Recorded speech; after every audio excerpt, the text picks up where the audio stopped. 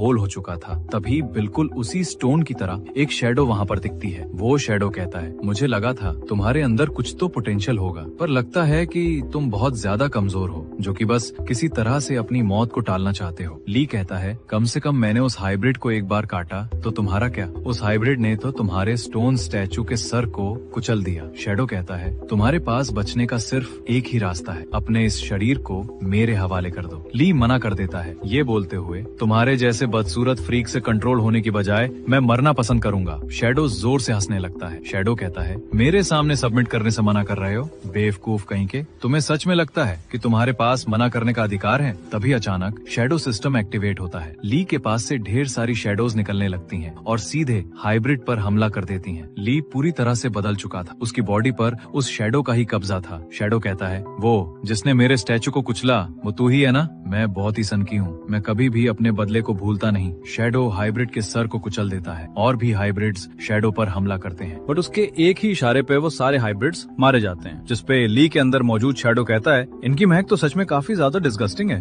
अब कौन बचा है? ये कचरे जो कि खुद को इंसान कहते हैं। शैडो ने उन सभी को पकड़ लिया था। उनमें से एक बंदा कहता है, ली आखिरकार तुम क्या कर रहे हो? हमने तुम्हारी मदद की, देखो अब तुम सुपर हीरो बन गए। अगर तुमने हमें छुआ भी तो मैं इसकी रिपोर्ट कर दूंगा। ली के पास से ढेर सारी शैडोज निकलने लगती हैं। शैडो कहता है, मैं काफी क्यूरियस हूँ कि अगर मैं ये शरीर तुम्हें दे दूं तो तुम इनके साथ क्या करोगे? शैडो ने ली की बॉडी को पूरी तरह से रिकवर कर दिया था और अब वो पूरी बॉडी का कंट्रोल ली को दे देता है। ली कितना सल लगता है। सामने मौजूद एक बंदा रहम की भीख मांगने लगता है। एक कहता है, तो हमारे साथ ऐसा नहीं कर सकते, हम तो बस खुद को बचाने की कोशिश कर रहे थे, और वैसे भी अगर हम नहीं होते तो तुम ये कभी जान ही नहीं पाते कि तुम एक अवेकनर हो। ली कहता है, तो तुम्हारे हिसाब से मैं तुम्हारा शुक्रिया अदा करूं? वो बंदा कहता है, नहीं, ये करने की जरूरत नहीं है, बस ऐसा समझो कि कुछ हुआ ही नहीं था और हमें जाने दो। ली कहता है, ठीक है, मैं तुम लोगों को जाने दूंगा, इवन मैं तो यहाँ से तुम्हारी निकलने में मदद भी करूंगा। ली उन सभी के मास्क निकाल लेता है। इटली टब में अचानक आने की वजह से उन्हें खून की उल्टी होती है और वो वहीं पर मारे जाते हैं। बचे हुए लोगों की तरफ ली बढ़ रहा था। वो बचे हुए दो लोग भी बोल रहे थे कि हमें जिंदा छोड़ दो। ली उन बैटरीज को दोनों लोगों को देता है। ली ने ऐसा इसलिए किया क्योंकि इन दोनों ने ली की जान लेने की कोशिश नहीं की थी। इनकी बजाय सिर्फ वो तीन थे जिन्होंने ली से बैटरीज छीनी थी। शैडो कहता है, तुम कर क्या रहे हो? इन्हें जिंदा छोड़ना आगे चल के तुम्हारे लिए प्रॉब्लमेटिक होगा। ली कहता, जो बजाओ, मुझे क्या करना है ये तुम नहीं बताओगे। शैडो कहता है, चलो देखते हैं आखिरकार कब तक तुम ऐसे बर्ताव करते हो। क्या ऐसा ही बर्ताव तुम तब भी करोगे जब तुम्हारी जिंदगी खतरे में होगी? केव से बाहर और भी हाइब्रिड्स मौजूद थे जिन्होंने बाहर मौजूद सभी माइनिंग करने वाले लोगों को मार डाला था। ली का सामना उन सभी हाइब्रिड से होता है। ली कहता है, मैंने सोचा नहीं था कि केव के बाहर इतने सारे होंगे। वहीं शैडो कहता है, अब तुम्हारे पास और कोई रास्ता बचा नहीं है, या तो इस बॉडी का कंट्रोल मुझे दे दो या तो इनके साथ तुम खुद लड़ो। पर तुम इनसे लड़ोगे कैसे? सामने देखकर ही तुम्हारे पैर कांप रहे हैं, थोड़ा ध्यान से सोचो, मेरी शक्तियों के बिना तुम कुछ भी नहीं हो। ली हाइब्रिड से बचने लगता है, ये कहते हुए कि मुझे क्या करना है ये तुम नहीं बताओगे। ली खुद को काफी ज्यादा फ्रीली मूव कर पा रहा था। एक हाइब्रिड पीछे से ली पर हमला करता है। ली को अचानक ये रियलाइज होता है और वो अपने रिफ्लेक्स की वजह से उस हाइब्रिड से बच जाता है। ली के रिफ्लेक्स उसकी स्पीड काफी बढ़ चुकी थी। एक हाइब्रिड ली पर हमला करता है। शैडो कहता है, भले ही इस वक्त तुम्हारे साथ शैडो सिस्टम है, पर फिर भी तुम यही कर सकते हो। तुम्हारे पास बस इतनी ही ताकत है, सच में किसी काम के नहीं हो तुम।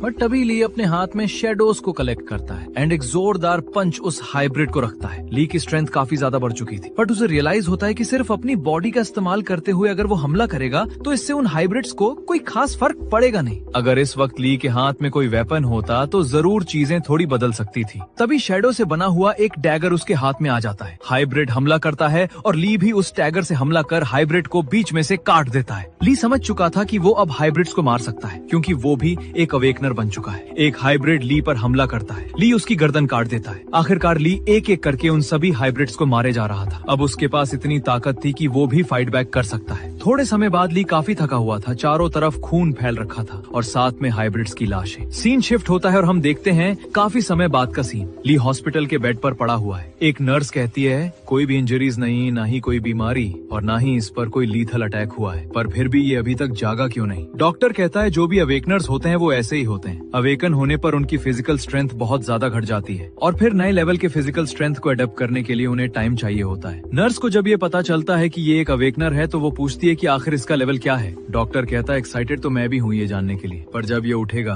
तभी हमें पता चलेगा। तब तक चलो नेक्स्ट रूम में वेट करते हैं। वो नर्स ली को देखकर काफी इम्प्रेस थी, क्योंकि ली काफी हैंडसम लग रहा था उसे। नर्स चली जाती है और डॉक्टर भी चला जाता है। शैडो ली की बॉडी से बाहर आता है और कहता है आखिरकार ये इंसान इतने कमजोर क्यों होते हैं, इनकी प्रजाति ही ऐसी होती है, बिल्कुल ई क्लास की। मेरे स्टेटस और स्ट्रेंथ के अकॉर्डिंग अगर कोई अवेकनिंग करता है तो उसे एटलीस्ट एस क्लास या तो